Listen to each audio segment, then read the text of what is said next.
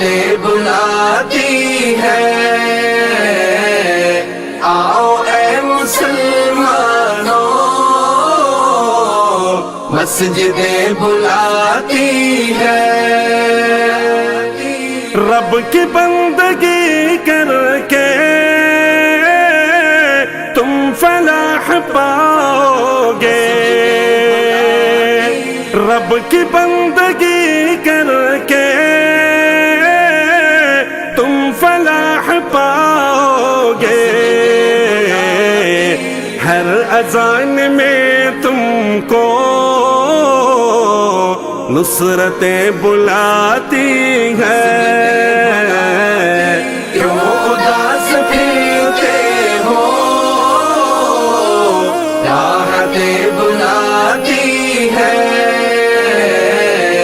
آؤ اے مسلمانوں مسجدیں بلاتی ہے۔ نغمہ ادا کا یہ مختصر تعارف ہے، نغمہ ادا کا یہ مختصر تعارف ہے، تم کو دین و دنیا کی شوکتیں بلاتی ہے۔ کیوں اداس پھرتے ہو، راحتیں بلاتی ہے، آؤ اے مسلمانوں مسجدیں بلاتی ہے۔ خلد کی طلب کی تھی خوب تم نے رمضان میں، خلد کی طلب کی تھی خوب تم نے رمضان میں، آؤ آ کے لے لو تم جنتیں بلاتی ہیں۔ کیوں اداس پھرتے ہو، راحتیں بلاتی ہے، آؤ اے مسلمانوں مسجدیں بلاتی ہے۔ مغفرت کی خاطر تم روئے گڑ گڑائے تھے، مغفرت کی خاطر تم روئے گڑ گڑائے تھے، اب نہ منہ کو پھیرو تم بخششیں بلاتی ہیں۔ کیوں اداس پھرتے ہو، راحتیں بلاتی ہے، آؤ اے مسلمانوں مسجدیں بلاتی ہے۔ مال و زر کے چکر میں رب کو بھول بیٹھے ہو، مال و زر کے چکر میں رب کو بھول بیٹھے ہو، سر کو رکھ دو سجدے میں نعمتیں بلاتی ہے۔ کیوں اداس پھرتے ہو، تو اللہ کے یہاں پہلے فیصلہ ہوا کہ ایک اللہ کا گھر اس زمین کے اوپر ایک بہترین شکل کے اندر تعمیر ہو، تو اس فیصلے کے بعد اللہ تبارک و تعالی نے اپنے گھر کے خادم کے طور پر اللہ تبارک و تعالی نے تمام کا انتخاب فرمایا، اور جس کے نتیجے میں اللہ کا یہ مبارک گھر وجود میں آیا۔ اللہ اپنے گھر کو وجود میں لانے کے لیے اور اپنے گھر کو آباد کرنے کے لیے انہی افراد کا انتخاب کرتے ہیں جو اللہ کی نظر میں محبوب ہوتے ہیں۔ خالق دو عالم کی قربتیں بلاتی ہیں، کیوں اداس پھرتے ہو، راحتیں بلاتی ہے، آؤ اے مسلمانوں۔ بسم اللہ الرحمن الرحیم، نحمده ونصلي على رسوله الكريم، اما بعد، قال الله تبارك وتعالى في القرآن المجيد والفرقان الحميد، فأعوذ بالله من الشيطان الرجيم، بسم الله الرحمن الرحيم، إنما يعمر مساجد الله من آمن بالله واليوم الآخر وأقام الصلاة وآتى الزكاة ولم يخش إلا الله فعسى أولئك أن يكونوا من المهتدين۔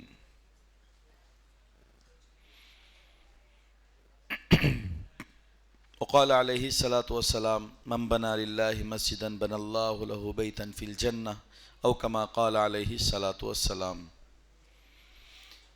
برادران عزیز، ہمارے آج کی اس محفل کے صدر محترم، ہم جامعہ ابو ہریرہ کے ناظم اعلیٰ حضرت مفتی انیس احمد صاحب رحمانی دامت برکاتہم العالیہ، اور ہمارے علاقے کا ایک معتبر نام، ایک سنجیدہ دینی اور دنیاوی ہمارے رہنما حاجی صادق سیٹھ، اور ہمارے اپنے بدناپور شہر کے معتبر مقتدر حضرات مصلیان کرام، نوجوانان قوم، آج ہم اور آپ بہت عظیم اور بابرکت نسبت پر ایک جگہ جمع ہوئے ہیں۔ ہم اللہ کے ایک گھر کے افتتاح کی مناسبت سے، ایک گھر کے نئی تعمیر کی آبادی کی بنیاد پر، اس نسبت پر ہم جمع ہوئے ہیں۔ اللہ تعالیٰ اس نسبت کا ہمیں پاس و لحاظ کرنے کی، قدر کرنے کی ہمیں توفیق عطا فرمائیں، اور اس کی برکتوں سے ہم تمام کو مالا مال فرمائیں۔ برادران عزیز، آپ اور ہم جانتے ہیں، ہم چھوٹا سا مکان بھی تعمیر کرتے ہیں، اس کے لیے کتنی ساری مشکلات پیش آتی ہیں،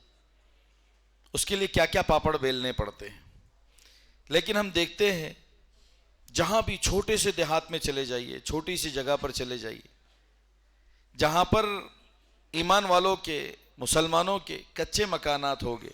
لیکن وہ اللہ کی گھر کی تعمیر اللہ کے مقام اور مرتبے کے شایع نشان کرنا چاہتے ہیں۔ ان کے دل میں یہ جذبہ ہوتا ہے کہ ہمارے رہنے کے مکان چاہے کچے ہو، لیکن جس گھر میں اللہ کی عبادت ہو رہی ہو، اللہ کو سجدہ کیا جا رہا ہو، جس گھر میں اللہ کو منایا جا رہا ہو، وہ گھر بہترین ہونا چاہیے۔ اس میں عبادت کرنے والوں کے لیے ہر آسائش، آرام کا کام ہونا چاہیے، اس کا انتظام ہونا چاہیے، اور ہر جگہ مسجد بنانے والے اس کا لحاظ کرتے ہیں کہ کیسے زیادہ سے زیادہ خوبصورت بنائیں، زیادہ سے زیادہ آرام دہ بنائیں، زیادہ سے زیادہ سہولتوں والی بنائیں۔ یہ اسی لیے کیا جاتا ہے، کس لیے کیا جاتا ہے کہ تعمیر مسجد پر جو جتنا صرف کرتا ہے، جو جتنا اپنا مال لگاتا ہے، اللہ تعالیٰ اس کے مال کو اتنا زیادہ بابرکت اور مقدس بنا دیتا ہے۔ اس مال کو اللہ تبارک و تعالیٰ اتنا زیادہ باعث سکون بنا دیتا ہے۔ سب سے پہلے ایک زمین کا حصول ہوتا ہے، زمین کا حاصل کرنا، زمین کا خریدنا۔ آپ کو معلوم ہونا چاہیے، مسجد کے لیے جو زمین لی جاتی ہے وہ اللہ کے لیے وقف ہوتی ہے، اس کا کوئی مالک نہیں ہوتا، کسی مرحوم کے نام سے کی جاتی ہے۔ اور آپ کو معلوم ہے کہ اتنے اہم ترین جگہ پر اتنی قیمتی زمین، اللہ کے گھر کے لیے اس زمین کو وقف کرنے والے ہمارے علاقے کے ایک معتبر نام حاجی صادق سیٹھ کا ہے. انہوں نے یہاں پر ایک ماشاءاللہ مسجد کے لیے زمین یہاں پر وقف کی اپنی والدہ کے نام سے. انہوں نے ایک ٹرسٹ بنایا ہے والدہ کے نام سے, اور یہ زمین وقف کی مسجد کے لیے, اور مسجد کی تعمیر کے لیے ہمارے جامع ابو ہریرہ کے ناظم اعلیٰ کے توسط سے ایک صاحب خیر اسماعیل بھائی سلو اور فریدہ بہن سلو, یہ دو حضرات ہیں, ایک خاتون ہیں اور ایک بھائی ہے. انہوں نے ان کے تعاون سے, ان کے اپنے حلال پیسوں سے, ان کی اپنی محنت کی کمائی سے اللہ کے اس گھر کو اتنا عالی شان, اتنا خوبصورت, اتنا بہترین تعمیر کیا ہے. لیکن اس کے درمیان میں ایک مرحلہ آتا ہے ہر ایک کے سپورٹ کا, ہر ایک کے ساتھ دینے کا, جس کے بغیر نہ زمین دینے والا کچھ کر سکتا ہے, نہ تعمیر کرنے والا کچھ کر سکتا ہے. جب تک کہ مقامی احباب, اہلیان محلہ, مستقل 24 گھنٹے یہاں پر رہنے والے, ان کی قربانیوں کے بغیر کچھ بھی نہیں ہو سکتا ہے. سب سے عظیم الشان قربانیاں ان لوگوں کی ہوتی ہے. اس لیے میں تو سمجھتا ہوں کہ آج کے دن جتنے قابل مبارکباد ہمارے حاجی صاحب ہیں, جتنے اجر و ثواب کے مستحق حاجی صاحب کی والدہ محترمہ ہیں, اور جتنے زیادہ ہم سب کی طرف سے جزاک اللہ خیر کے مستحق حضرت ناظم صاحب اور ان کے توسط سے بنانے والے ہیں, اس سے زیادہ قابل مبارکباد اہلیان محلہ ہے کہ جن کے لیے اللہ کا ایک اتنا خوبصورت مکان ان کے ہاں بن گیا ہے کہ علاقے میں دور دور تک اس کی مثال اور ثانی نظر نہیں آتا. یہ فخر کی چیز ہونی چاہیے, اس لیے کہ جو زمین اللہ کے لیے اور مسجد کے لیے وقف کر دی جاتی ہے, دوسرے زمین کے ٹکڑوں پر یہ فخر کرتی ہے کہ ارے تمہارے اوپر تو مکان بنے گا, تمہارے اوپر دکان بنیں گی, تمہارے اوپر کھیتی باڑی ہوں گی, تمہارا دنیاوی استعمال ہوگا, لیکن میرے ایک ایک ذرے کی عظمت, میرے ایک ایک ذرے کا ادب, میرے ایک ایک ذرے کا مقام آج اللہ سے جڑ گیا ہے, اتنا بلند ہو گیا ہے کہ اب میرے اندر سے ایک ذرہ بھی اب معمولی ذرہ نہیں ہے, وہ اللہ کے گھر کا ذرہ کہلائے گا. جیسے کتاب اللہ سے نسبت لگ جانے کے بعد جو قرآن کریم کو غلاف بنایا جاتا ہے, اگر وہ میلا ہو جائے, اگر وہ پھٹ جائے, ادھر ادھر نہیں پھینکا جاتا. اس کی جو دفتی ہوتی ہے, جو پٹھے لگے ہوئے ہوتے ہیں, وہ اس سے الگ ہو جاتے ہیں, معمولی پٹھا ہے, لیکن جیسی ایمان والے کی نظر پڑتی اٹھا کر رکھ دیتا ہے. بالکل اسی طریقے سے جس چیز کی نسبت مسجد سے جڑ جاتی ہے, جیسے کتاب اللہ سے نسبت جڑ جانے پر وہ قابل تعظیم ہے, ویسے بیت اللہ سے, اللہ کے گھر سے اور مسجد سے جس کی نسبت جڑ جاتی ہے, وہ بھی قابل تعظیم بن جاتا ہے. اسی لیے میں کہتا ہوں کہ اگر ہم دنیا میں عزت کمانا چاہتے ہیں, عظمت کمانا چاہتے ہیں, مقام کمانا چاہتے ہیں, محبت کمانا چاہتے ہیں, مرتبہ کمانا چاہتے ہیں, بلند عہدوں پر جانا چاہتے ہیں, لوگوں کے دلوں میں گھر کرنا چاہتے ہیں, لوگوں کے دلوں سے نفرت ختم کرنا چاہتے ہیں, اپنی محبوبیت کا سکہ جمانا چاہتے ہیں, تو اللہ کے گھر سے اپنی نسبت کو جوڑ لیجئے, اللہ کے گھر سے اپنے تعلق کو جوڑ لیجئے. ایمان والے کی صفت یہ ہوتی ہے کہ اس کا دل مسجد میں اٹکا ہوا ہوتا ہے, اس کا دل مسجد میں اٹکا ہوا ہوتا ہے. اور جس بندے کا دل مسجد میں اٹکا ہوا ہو, قیامت کے دن میدان محشر میں جب کوئی سایہ نہیں ہوگا اور لوگ سایہ تلاش کر رہے ہوں گے, اس وقت 7 قسم کے لوگ جو اللہ کے عرش کے سائے میں ہوں گے, ان میں سے ایک بندہ وہ بھی ہے جس کا دل ہر وقت مسجد پر اٹکا ہوا ہوتا ہے. اللہ تعالی ہمیں ایسی مسجد کی آبادی کی فکر عطا فرمائے. اسی طریقے سے کہا گیا جو مسجد کی طرف اندھیرے میں آتا ہے, تاریکی میں آتا ہے, اس سے آپ سمجھ گئے ہوں گے اندھیرے میں اور تاریکی میں مسجد کی طرف کب آیا جاتا ہے, یا تو قیام اللیل کے لیے, یا تہجد کے لیے, یا فجر کے لیے, یا عشاء کے لیے. جو ان نمازوں میں اپنے گھر سے نکل کر آتا ہے, اللہ کے نبی نے فرمایا اس کو قیامت کے دن مکمل نور کی بشارت دے دو, اس کو اس وقت نور سے نوازا جائے گا. اس لیے اگر ہم چاہتے ہیں کہ ہماری زندگی نورانی بنے, روحانی بنے,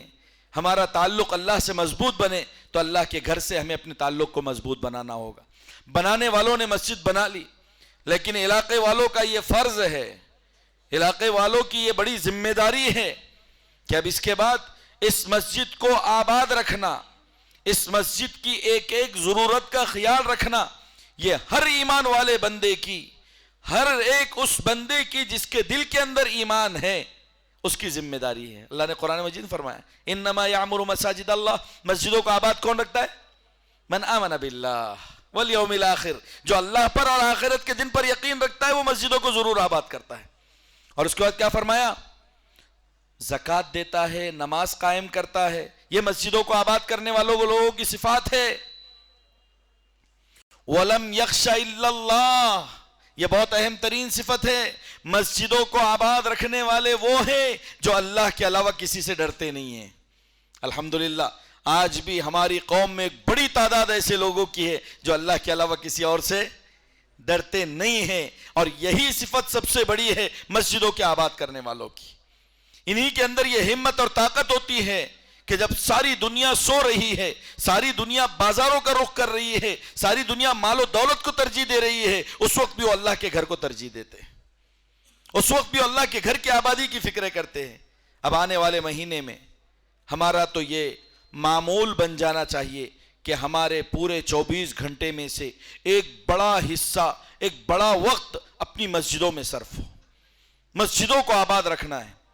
آپ یہ تہیہ کر لیجئے کہ انشاءاللہ ہم اس عظیم الشان مسجد کو جو ہمارے لیے الحمدللہ صاحب خیر ہمارے اسماعیل بھائی سلو اور فریدہ بہن سلو نے الحمدللہ ہمارے لیے ہماری ساری سہولتوں کا خیال رکھتے ہوئے تعمیر کیے ہیں، انشاءاللہ ہم پورا رمضان اور رمضان آنے تک اور رمضان جانے کے بعد انشاءاللہ تا حیات اس کی آبادی کی فکر کرتے رہیں گے، اس کی ضروریات کی فکر کرتے رہیں گے، اس کے آباد رکھنے کی فکر کرتے رہیں گے، اس میں قرآن کریم کا ماحول بنائیں گے، ہمارے مضبوط مکتب کا نظام چلائیں گے، ہمارے بچوں کی بنیادی دینی تعلیم کے نظام کو مضبوط بنائیں گے۔ کریں گے بھائی؟ اللہ تعالیٰ عمل کی توفیق عطا فرمائے۔ اور اس عظیم مجلس کی نسبت سے جب ہم جمع ہوئے ہیں تو اس مجلس کے آغاز کے لیے میں دعوت دے رہا ہوں عزیزم مسیح الدین پورا معروف کو کہ وہ آئے اور تلاوت کلام پاک سے مجلس کا آغاز فرمائے۔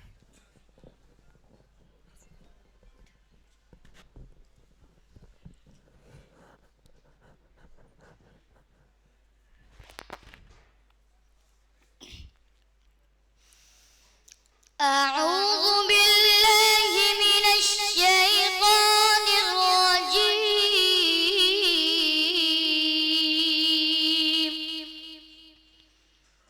بسم الله الرحمن الرحيم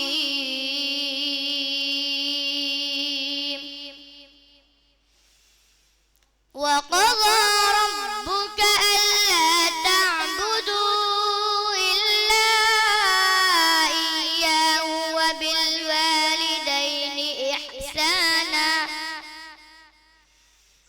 إما يبلغن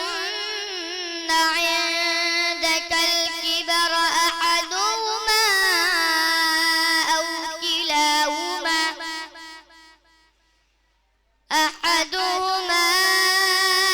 كلاهما فلا تقل لهما أف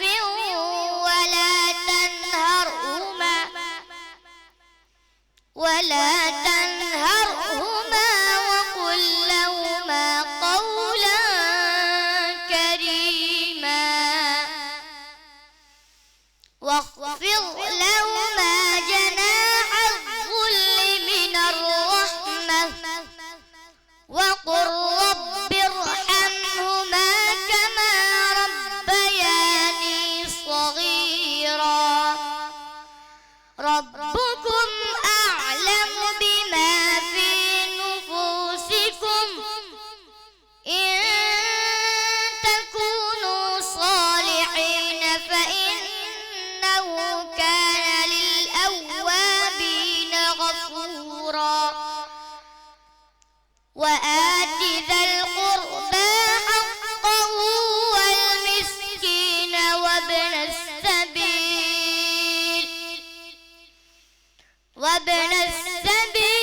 ولا تبذر تبذيرا صدق الله العظيم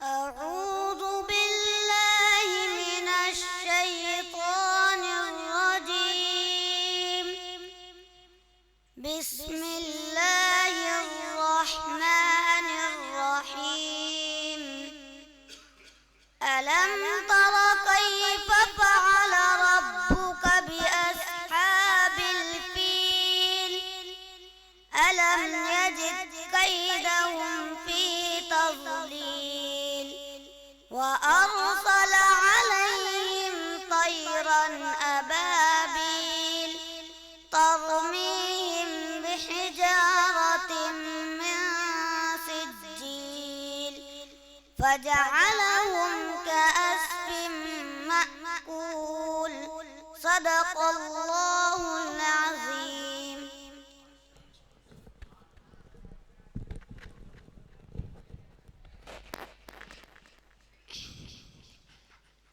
أعوذ بالله من الشيطان الرجيم بسم الله الرحمن الرحيم إذا جاء نصر الله والفتح ورأيت الناس يدخلون في دين الله أفواجا فسبح بحمد ربك واستغفر إنه كان توابا.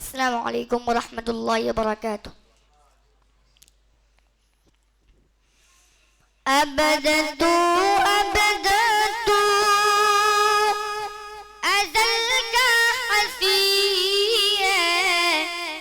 چمکدار رخسار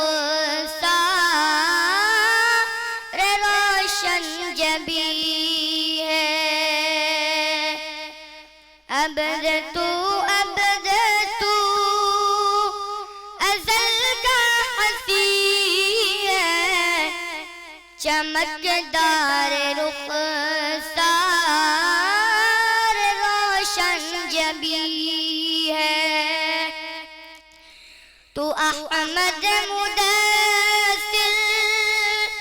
مزمل تو یاسین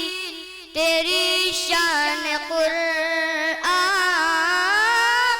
تو صادق امین ہے وہ نام گرامی جو آدم کو بھایا تیرے نام کی ہے عرش بری ہے وہ نام گرامی جو آدم کو بھایا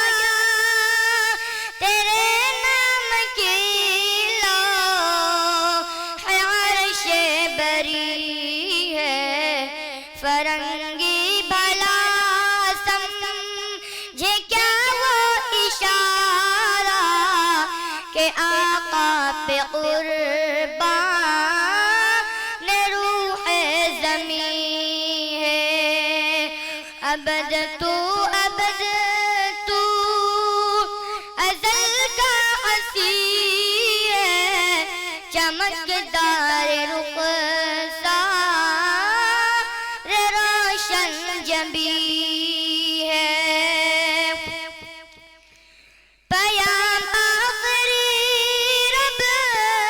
کا لے کر تو آیا تو سید تو ہی خاتم المرسلی ہے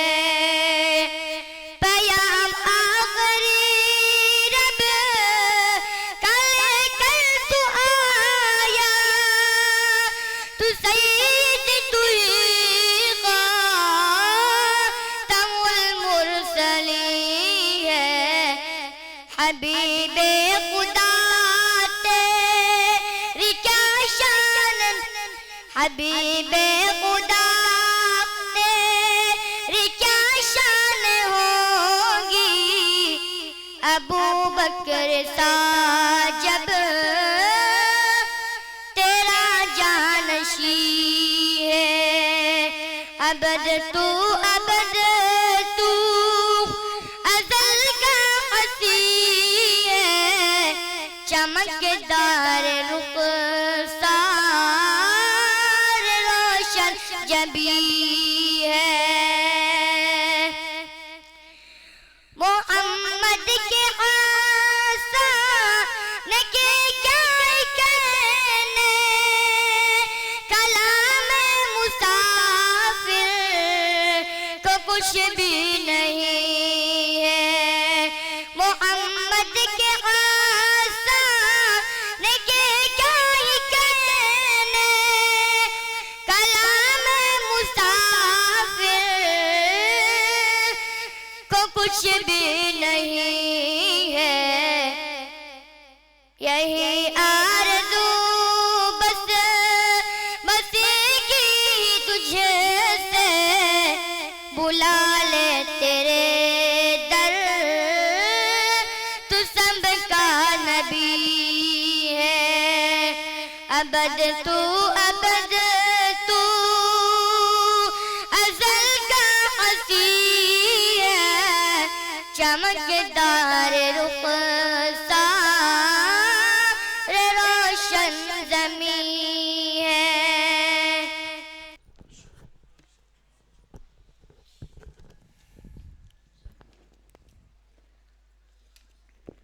یہ ماشاءاللہ ساجد سیٹھ صاحب کی طرف سے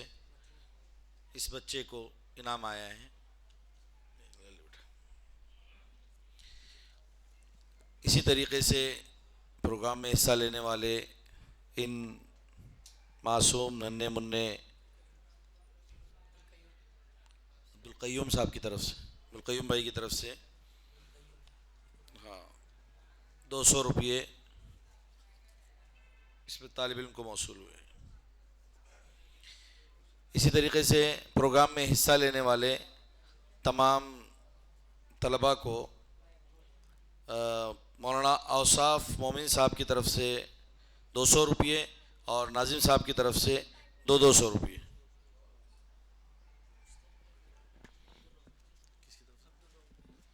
عبدالرؤف بھائی کی طرف سے تمام طلباء کو مشترکہ 1000 روپے موصول ہوئے ہیں۔ الحمدللہ اللہ تعالیٰ ان معصوم بچوں کی حوصلہ افزائی کرنے والوں کی اپنی شایع نشان حوصلہ افزائی فرمائے اور ان کے جان مال عزت آبرو میں خوب برکت عطا فرمائے۔ میں پھر درخواست کرتا ہوں، باہر کچھ علماء کرام کھڑے ہیں، ان سے درخواست ہے کہ مسجد میں اندر تشریف لائیں، اندر جگہ ہے۔ حضرات علماء کرام جو تشریف لائے ہیں ماشاءاللہ، دعوت پر جو اہلیان بدنا پور اور اطراف کے جو حضرات تشریف لائے، ہم تہ دل سے ان کا استقبال کرتے ہیں، ان کو اہلا و سہلا و مرحبا کہتے ہیں، خوش آمدید کہتے ہیں۔ اب میں ہمارے اپنے علاقے کی مشہور معروف شخصیت اور ہمارے اپنے علاقے میں الحمدللہ تازہ فارغ ہو کر آنے والے ایک قاری صاحب جن کا تعارف آپ کے سامنے آ چکا ہوگا، جو ماشاءاللہ جنہوں نے ہمارے اپنے ادارے میں اپنے علاقے کی مشہور جامعہ ابو ہریرہ میں انہوں نے حفظ عالمیت کی تکمیل جامعہ کلکوا سے کی، اور پھر اس کے بعد انہوں نے تجوید و قرات کا الگ سے اہتمام کے ساتھ کورس کیا ہے جامعہ ریاض العلوم انواع میں، اور وہاں سے فارغ ہو کر وہ تشریف لائے۔ کل ان کا استقبالیہ پروگرام بھی ماشاءاللہ بڑے بہترین طریقے سے منعقد کیا گیا تھا۔ آج ہم اہلیان بدنا پور خاص طور پر قاری صاحب کو سننا چاہیں گے۔ قاری سلطان صاحب تشریف لائے اور اپنی مسحور کن اور دلکش آواز میں ہمیں قرآن کریم کی تلاوت سنائیں۔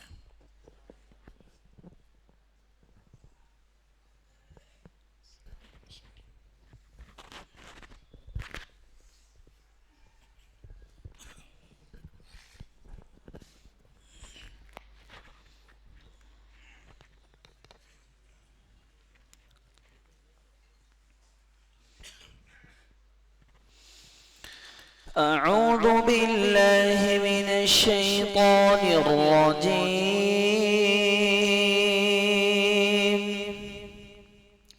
بسم الله الرحمن الرحيم لو أنزلنا هذا القرآن على جبل لرأيته خاشعا متصدعا من خشية الله وتلك الأمثال نضربها للناس لعلهم يتفكرون هو الله الذي لا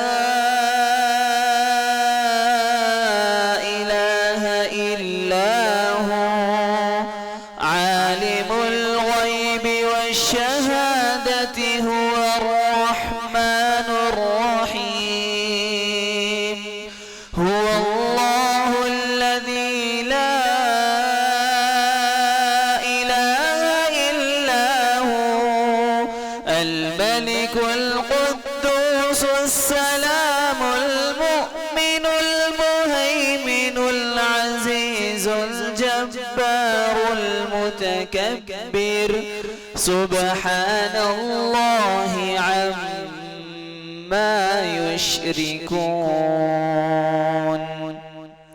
هو الله الخالق البارئ المصور له الأسماء الحسنى يسبح له ما في السماوات والأرض وهو العزيز الحكيم صدق الله العظيم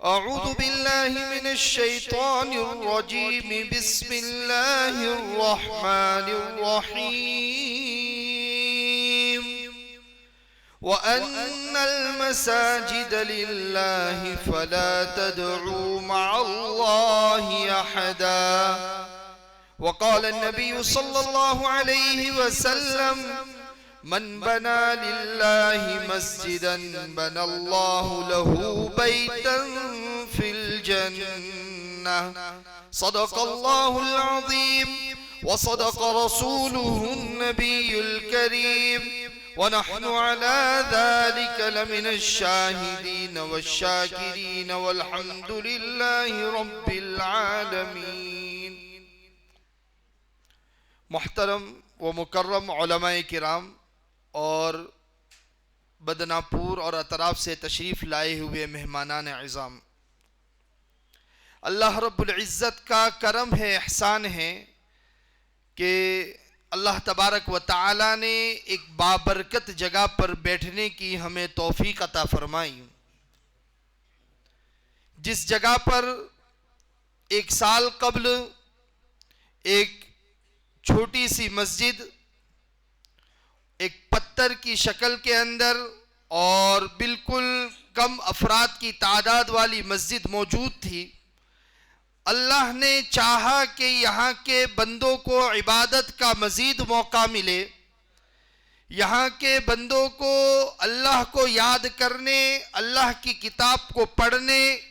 اللہ کے سامنے سجدہ کرنے میں مزید سہولیات پیدا ہو، مزید ان کو مواقع فراہم ہو علماء کی باتوں کو سننے، کتابوں کی تعلیم کو سننے، دعوت و تبلیغ کی جماعت کو رکانے اور ان کی فیض یاب باتیں سننے اور اپنے دل کے اندر اس کو سمانے اور اس کو اپنی زندگی میں پیدا کرنے کے مزید مواقع ملے، تو اللہ کے یہاں پہلے فیصلہ ہوا کہ ایک اللہ کا گھر اس زمین کے اوپر ایک بہترین شکل کے اندر تعمیر ہو، تو اس فیصلے کے بعد اللہ تبارک و تعالی نے اپنے گھر کے خادم کے طور پر اللہ تبارک و تعالی نے تمام کا انتخاب فرمایا، اور جس کے نتیجے میں اللہ کا یہ مبارک گھر وجود میں آیا۔ اللہ اپنے گھر کو وجود میں لانے کے لیے اور اپنے گھر کو آباد کرنے کے لیے انہی افراد کا انتخاب کرتے ہیں جو اللہ کی نظر میں محبوب ہوتے ہیں۔ قرآن کریم کیا کہتا ہے؟ وَإِذْ يَرْفَعُ إِبْرَاهِيمُ الْقَوَاعِدَ مِنَ الْبَيْتِ وَإِسْمَاعِيلُ رَبَّنَا تَقَبَّلْ مِنَّا إِنَّكَ أَنْتَ السَّمِيعُ الْعَلِيمُ، کہ جب بلند فرما رہے تھے حضرت ابراہیم علیہ السلام اور حضرت اسماعیل علیہ السلام بیت اللہ کی دیواروں کو، جب بیت اللہ کی دیواروں کو اٹھا رہے تھے، وَإِذْ يَرْفَعُ إِبْرَاهِيمُ الْقَوَاعِدَ مِنَ الْبَيْتِ وَإِسْمَاعِيلُ، کیا مانگ رہے تھے؟ رَبَّنَا تَقَبَّلْ مِنَّا، اے اللہ ہماری اس تعمیر کو قبول فرما، اے اللہ ہمارے اس دیواروں کو اٹھانے کو قبول فرما۔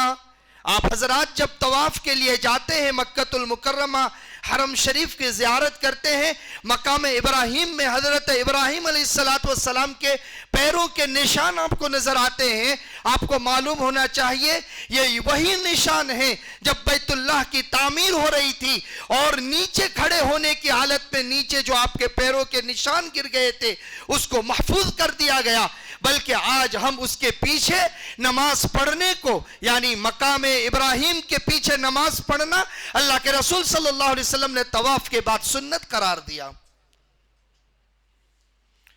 تو میں بتانا یہ چاہ رہا تھا کہ اللہ تبارک و تعالی نے بیت اللہ کی تعمیر کے لیے انتخاب کیا حضرت ابراہیم علیہ السلام کا جو خلیل اللہ ہے۔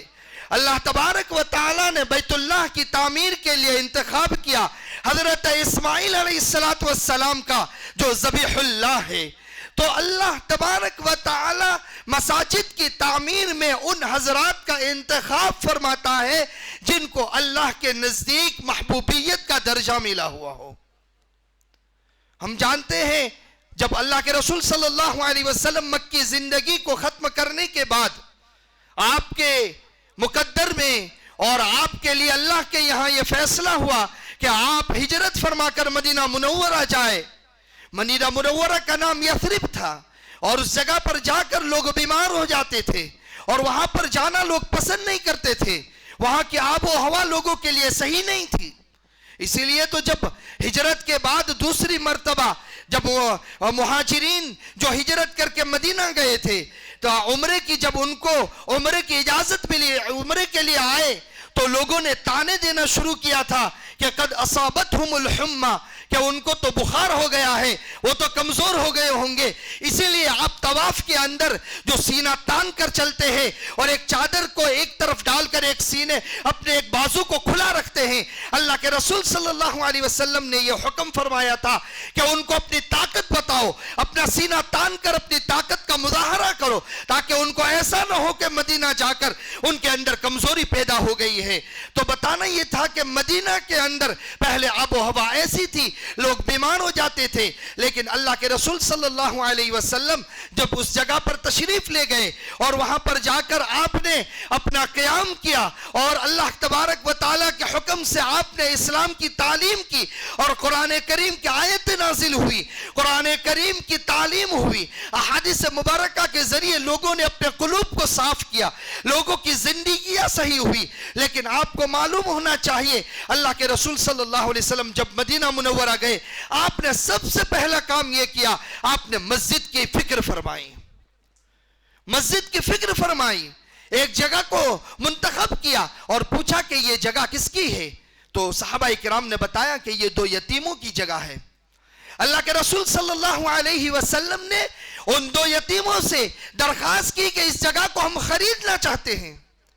یہ حدیث کا یہ واقعہ، اللہ کے رسول صلی اللہ علیہ وسلم کی زندگی کا یہ واقعہ ہمیں یہ پیغام دیتا ہے کہ اللہ کا گھر اسی جگہ پر تعمیر ہو سکتا ہے جس جگہ پر اللہ کی رضامندی ہو، اور اللہ کی رضامندی اسی جگہ پر ہو سکتی ہے جبکہ مالک زمین اس زمین کو اللہ کے لیے وقف کرتا ہے، یا اس کو خرید کر کوئی انسان اللہ کے لیے اس کو وقف کرتا ہے اور اللہ کے لیے اس کو ہمیشہ کے لیے قیامت تک کے لیے للہ اور فی اللہ اس کو اللہ کے لیے چھوڑ دیتا ہے۔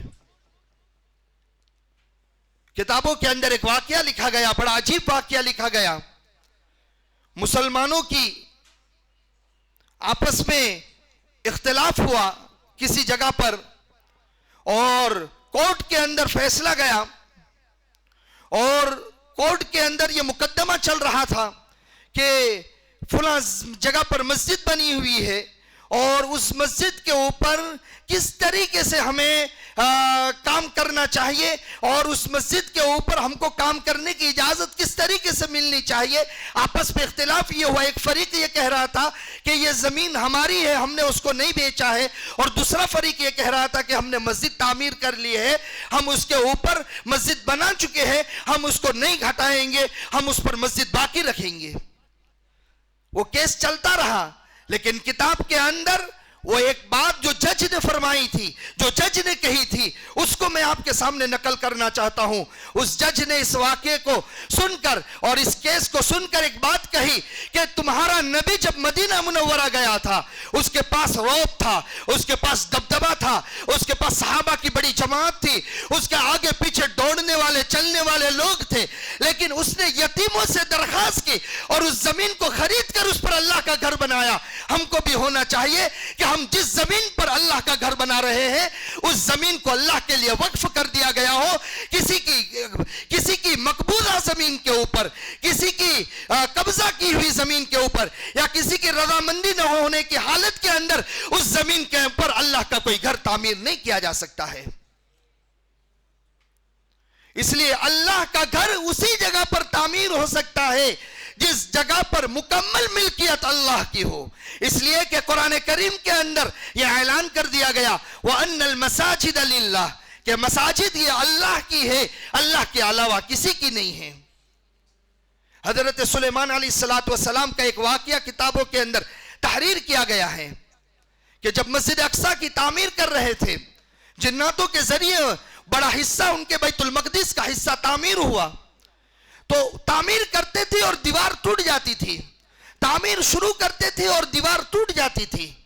بار بار یہ واقعہ پیش آیا۔ حضرت سلیمان علیہ السلام نے اللہ کے دربار میں یہ التجا کی کہ میری یہ تعمیر مکمل کیوں نہیں ہو رہی ہے؟ تو اللہ کی طرف سے ان کو الہام کیا گیا، ان کے دل میں یہ بات ڈالی گئی، اللہ کی طرف سے ان کو بتایا گیا کہ ایک حصہ جو زمین کا تعمیر نہیں ہو رہا ہے، مسجد کا جو حصہ مکمل نہیں ہو رہا ہے، تمہارے کام کرنے والے لوگوں نے ایک بڑیا سے اس کی مانگی ہوئی قیمت کے مطابق نہیں خریدا تھا بلکہ اپنی قیمت دے کر اس کو خریدا تھا۔ جب تک اس بڑیا کو اس کی مانگی ہوئی قیمت نہیں دے دی جائیں گی تب تک اس زمین کے اوپر مسجد کا حصہ تعمیر نہیں ہو سکتا ہے۔ تو اللہ کے یہاں اللہ کی مسجد کو تعمیر کرنا یہ بڑا مبارک عمل ہے۔ اسی لیے آپ کتابوں کے اندر ایک واقعہ اور پڑھتے ہیں، ایک کعبۃ اللہ کی جب تعمیر ہوئی،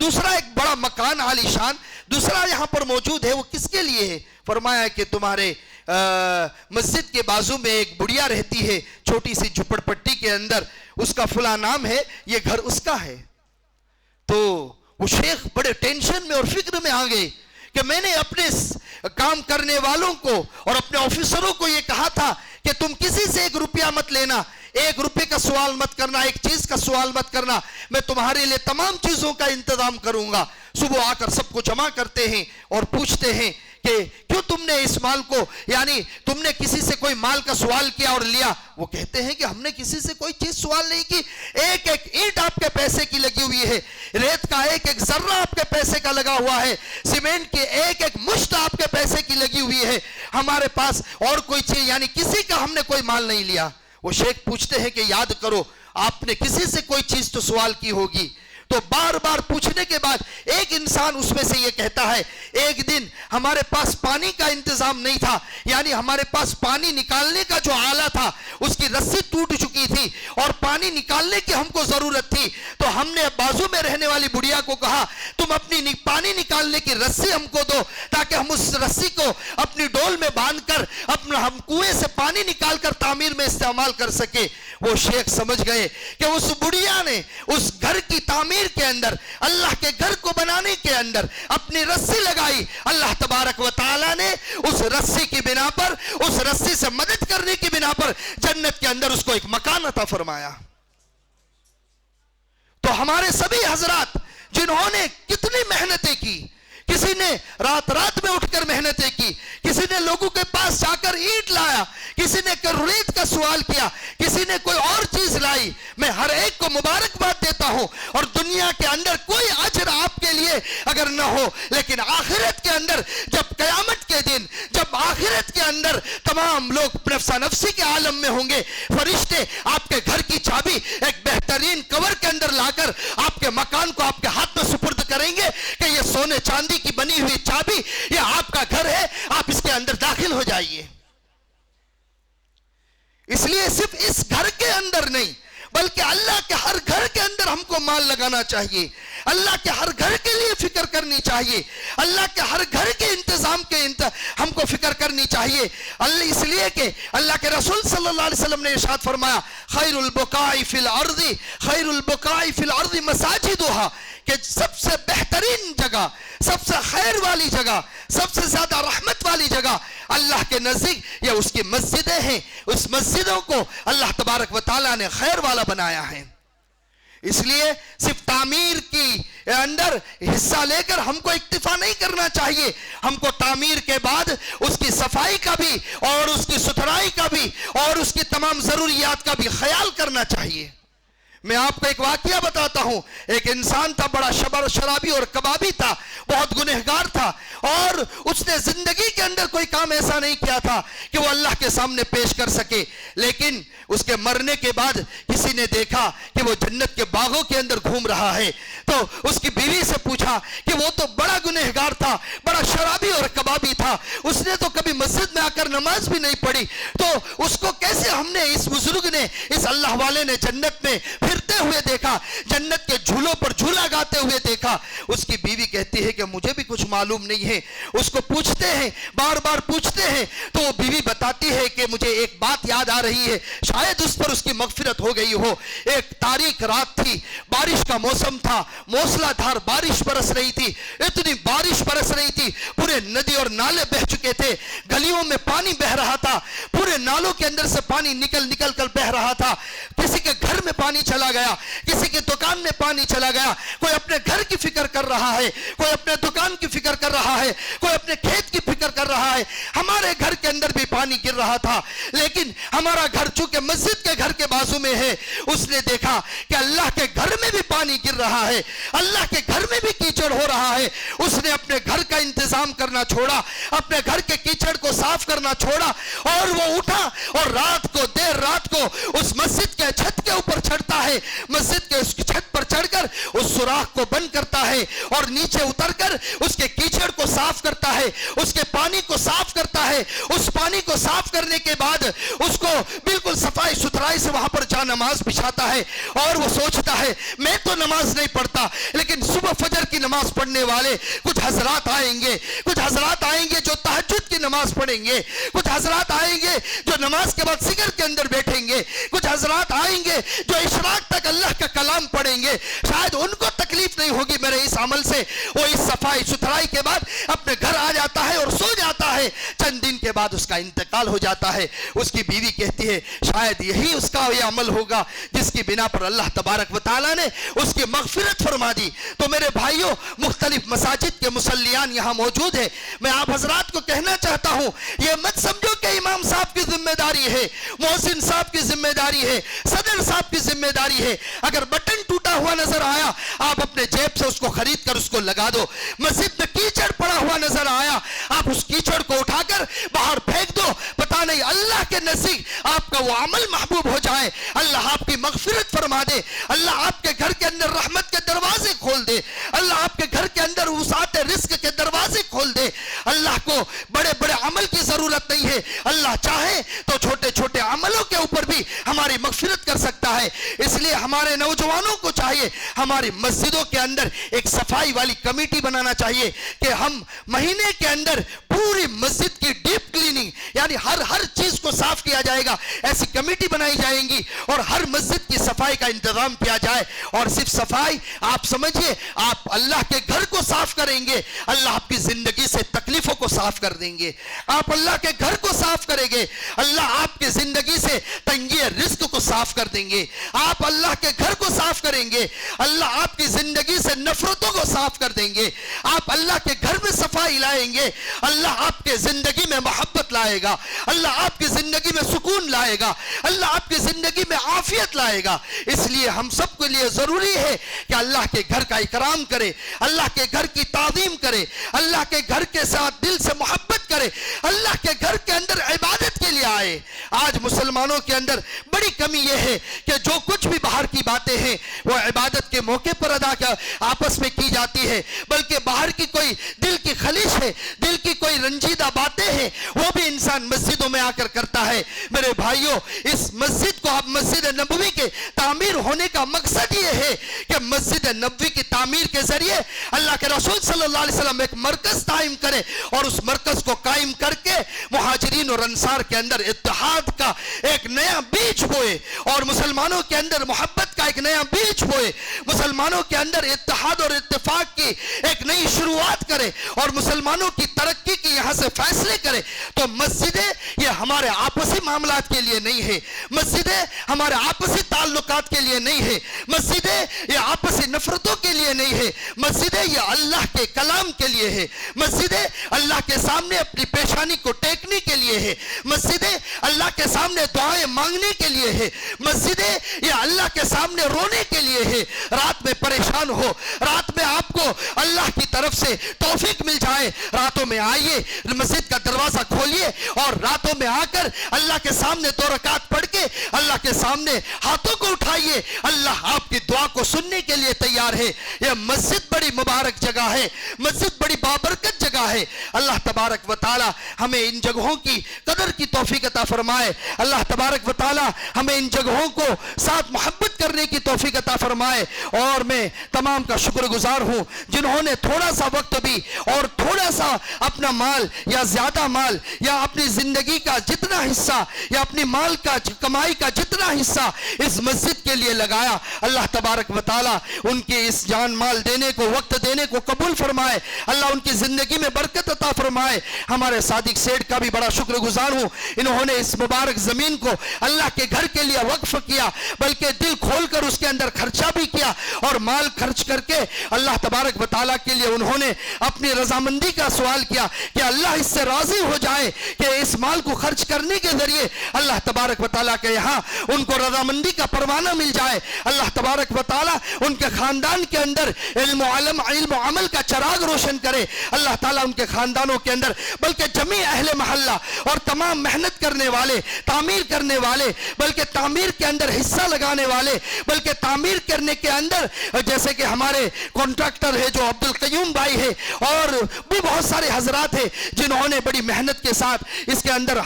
حصہ لگایا اور محنت کی. میں اور شکریہ ادا کرتا ہوں ہمارے مولانا جمیل صاحب کا, جنہوں نے وقتاً فوقتاً اپنا وقت لگا کر یہاں پر اس کی توجہ کے اوپر اپنی توجہ اس پر مسجد پر اپنی توجہ مرکوز کی اور مسجد کی تعمیر کے اندر اپنی پوری فکریں لگائی. اللہ تبارک و تعالی ان کی بھی جان اور مال کے اندر برکت عطا فرمائے, ان کی بھی عزت و آبرو کے اندر برکت عطا فرمائے, اور تمام آنے والے حضرات جنہوں نے یہاں آ کر پروگرام کو کامیاب کیا, اللہ تبارک و تعالی ہمیشہ اس مسجد کے اندر آپ کو آنے والا بنائے اور مسجد میں آ کر آپ کو یہاں پر عبادت کرنے والا بنائے. اللہ تبارک و تعالی بار بار یہاں آ کر آپ کو مسجد کے اندر اللہ کی رضامندی کے لیے اور اللہ کی توفیق سے نمازوں کو ادا کرنے والا بنائے. اللہ تبارک و تعالی کہیں سنی باتوں پر عمل کی توفیق عطا فرمائے. وآخر دعوانا الحمدللہ رب العالمین. سادی سیر سے درخواست ہے 2 منٹ بعد. بسم اللہ الرحمن الرحیم.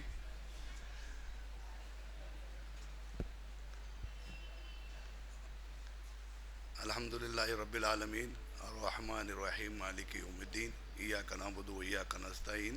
اہدنا الصراط المستقیم صراط الذین انعمت علیہم غیر المغضوب علیہم ولا الضالین. اللہ تعالیٰ کا بہت لاکھ لاکھ شکر احسان و کرم ہے کہ ہم کو ایسی مسجد میں ہم سب کو جمع فرمائے, اور اس کا پورا مطلب یہ ہے کہ جو بھی مطلب کام ہوا ہے یہ سب ناظم صاحب کا بہت اس کے اندر مطلب یہ رہا, اور ہم نے تو سمجھو یہ جگہ دی ہے وہ کرائے یہ کرائے, لیکن اس کا جو کام ہے ناظم صاحب نے اس کو بہت اچھے طریقے سے روز آنا جانا, اور ہمارے جمیل مولانا یہ سب نے انہوں نے بہت اچھا مطلب یہ کیا. ہم تو بھی مہینے 15 دن میں ایک آدھے بار آنا دیکھنا, لیکن انہوں نے وہ کام کو اچھا یہ کیا. اور یہ دیکھنے کے بعد میں مجھے ایسا لگا کہ اب ہر جگہ ایسا جا بھی ہے جب مسجد کا اگر یہ ہے تو انشاءاللہ ہم ان کو یہ کام کی وہ دیں گے, اور پورا کام کر کے آگے جو بھی ایسے کرائیں گے تو ہم کرا کے لیں گے. اب ہم ناظم صاحب سے درخواست کرتے ہیں کہ ناظم صاحب اپنی دعا پر مجلس کا اختتام فرمائیں.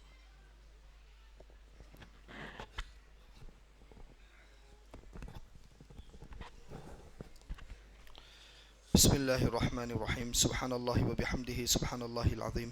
سبحانک اللہم و بحمدک و تبارک اسمک و تعالی جدک و لا الہ غیرک. اللہم صلی علی سیدنا و مولانا محمد و علی آل سیدنا و مولانا محمد وبارک وسلم. ربنا آتنا في الدنيا حسنة وفي الآخرة حسنة وقنا عذاب النار. ربنا ظلمنا أنفسنا وإن لم تغفر لنا وترحمنا لنكونن من الخاسرين. اللهم صل على سيدنا ومولانا محمد وعلى آل سيدنا ومولانا محمد وبارك وسلم. ربنا آتنا في الدنيا حسنة وفي الآخرة حسنة وقنا عذاب النار. ربنا آتنا من لدنك رحمة وهيئ لنا من أمرنا رشدا. اے اللہ ہم سب کے گناہوں کو معاف فرما, خطاؤں کو درگزر فرما. بڑے گنہگار ہے, مجرم ہے, سیاہ کار ہے, تیرے علاوہ کوئی معاف کرنے والا نہیں ہے, تیرے علاوہ کوئی خطاؤں کو بخشنے والا نہیں ہے. مولا تیرے گھر کو تعمیر کیا ہے تیری رضا کے خاطر, تیرے گھر کو تعمیر کیا ہے تیری بخشش کے خاطر. مولا قیامت کے دن جب نفس نفسی کا عالم ہو, ہر کوئی پریشان ہو, مولا تیرا عرش کا سایہ نصیب فرما. جام کوثر تیرے محبوب کے ہاتھوں نصیب فرما.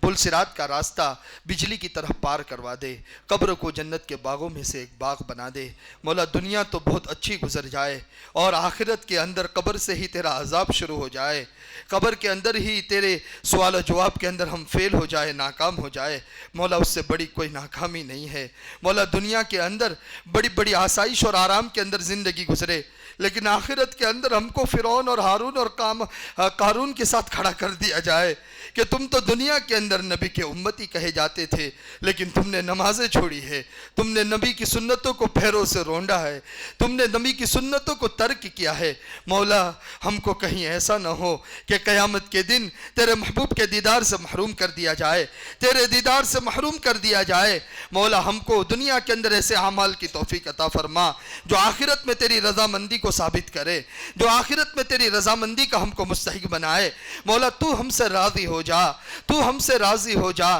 تجھے راضی کرنے والے اعمال کرنے کی توفیق عطا فرما. مولا آج دنیا کے اندر پورے عالم میں مسلمان پریشان ہے. مولا پتہ نہیں کن کن حالات کے اندر مسلمانوں کی زندگی گزر رہی ہے, لیکن مولا تو نے فرمایا ہے وَأَنْتُمُ الْأَعْلَوْنَ إِن كُنْتُم مُؤْمِنِينَ, کہ اگر تم سچے پکے مومن رہو گے تو تم ہی سر بلند رہو گے. مولا ہمارے اندر ایمان کی کمی ہے, اسلام کی کمی ہے, اعمال ایمان کی کمی ہے, اعمال علیہ السلام کی کمی ہے. ہم نمازوں کو پابندی سے ادا نہیں کرتے, ہم زکوٰۃ پابندی سے نہیں دیتے ہیں مولا, ہم حج کے وجوب کے بعد بھی حج کے اندر تاخیر کرتے ہیں مولا, حرام کمائی حلال کمائی کے اندر ہم زیادہ فرق نہیں کرتے ہیں مولا, والدین کی جو خدمت اور محبت کرنی چاہیے وہ ہم نہیں کرتے ہیں, قرآن سے جو تعلق جوڑنا چاہیے وہ ہم نہیں جوڑتے ہیں مولا. گناہوں کے کام ہماری زندگیوں کے اندر بھرے ہوئے ہیں مولا. کسی کے 30 سال گزر چکے, کسی کے 40 سال گزر چکے, کسی کے 50 سال گزر چکے, پتہ نہیں آخری وقت کب آ جائے, تیرا بلاوا کب آ جائے اور تیرے فرشتے ہماری روح تیرے سامنے کب حاضر کر دے. ایک عمل بھی ایسا نہیں ہے جو تیرے سامنے پیش کر سکے, ایک سجدہ بھی ایسا نہیں ہے جو تیرے دربار میں پیش کیا جا سکے, ایک تسبیح بھی ایسی نہیں ہے جو تیرے گھر کے اندر تیرے دربار میں تیرے سامنے پیش کی جا سکے مولا. ہماری زندگی کے اندر گناہوں کو ختم فرما, نیکیوں کو کرنے کی توفیق عطا فرما, دلوں میں محبت عطا فرما, نفرت کو ختم فرما, دلوں کے اندر تیرا حب عطا فرما, تیری محبت عطا فرما, اور تیرے نبی کا عشق عطا فرما. صحابہ نے جیسے قرآن اور نبی سے محبت کی ایسی محبت ہمیں بھی عطا فرما. دنیا کی محبت اتنی بڑھ گئی ہے, ہم پر ہمارے اوپر دین کی باتیں اثر نہیں کر رہی ہے, دین کی باتوں کا کوئی اثر نہیں ہو رہا ہے. دل سیاہ ہو چکا ہے, دل سیاہ ہو چکا ہے, دل مردہ ہو چکا ہے. دلوں کو تیرے ذکر سے زندہ فرما, تیرے ذکر کے پانی سے دل کی مردہ زمین کو زندہ فرما. تیرا نام لیتے ہی دل کے اندر ایک حرکت ہونے لگے, تیرا نام لیتے ہی دل کے اندر ایک مزہ آنے لگے, تیرا نام لیتے ہی دل کی دنیا آباد ہو جائے. ایسے دل کو بنانے کی توفیق عطا فرما مولا. پڑوسیوں کا حق ادا کرنے کی توفیق عطا فرما, دنیا کے اندر محبت کا پیغام عام کرنے کی توفیق عطا فرما, اسلام کا نام روشن کرنے کی توفیق عطا فرما, کلمت اللہ کے بلند کرنے کی توفیق عطا فرما. ایسے کاموں سے حفاظت فرما جس سے تیرے نبی کے اوپر آنچ آتی ہے, ایسے کاموں سے حفاظت فرما جس سے تیرے اسلام کے اوپر آنچ آتی ہے, ایسے کاموں کی توفیق عطا فرما جس سے لوگ اسلام کو جانے, اسلام کا صحیح تعارف ان کے سامنے پیش ہو, اسلام سے محبت کرنے والے بنے. مساجد کی حفاظت فرما, مدارس کی حفاظت فرما, مساجد اور مدارس کے لوگوں کی حفاظت فرما, مراکز کی حفاظت فرما, مکاتب کی حفاظت فرما مولا. لوگوں کی نظریں ہمارے اللہ کے ہمارے گھروں کے اوپر ہے مولا. ہم کو ایسا نمازی بنا, ایسا تیرا یاد کرنے والا بنا جیسے بدر کے اندر تیری مدد اتری, جیسے خندق کے اندر تیری مدد اتری, جیسے غزوہ احزاب کے اندر تیری مدد اتری مولا. تو نے صحابہ کو مدد کر کے بتایا, صحابہ کا تعاون کر کے بتایا کہ اللہ کے یہاں افراد نہیں دیکھے جاتے, اللہ کے یہاں اسباب نہیں دیکھے جاتے. اللہ بغیر اسباب کے کسی کام کو مکمل کرنا چاہے اللہ کو کوئی روک نہیں سکتا.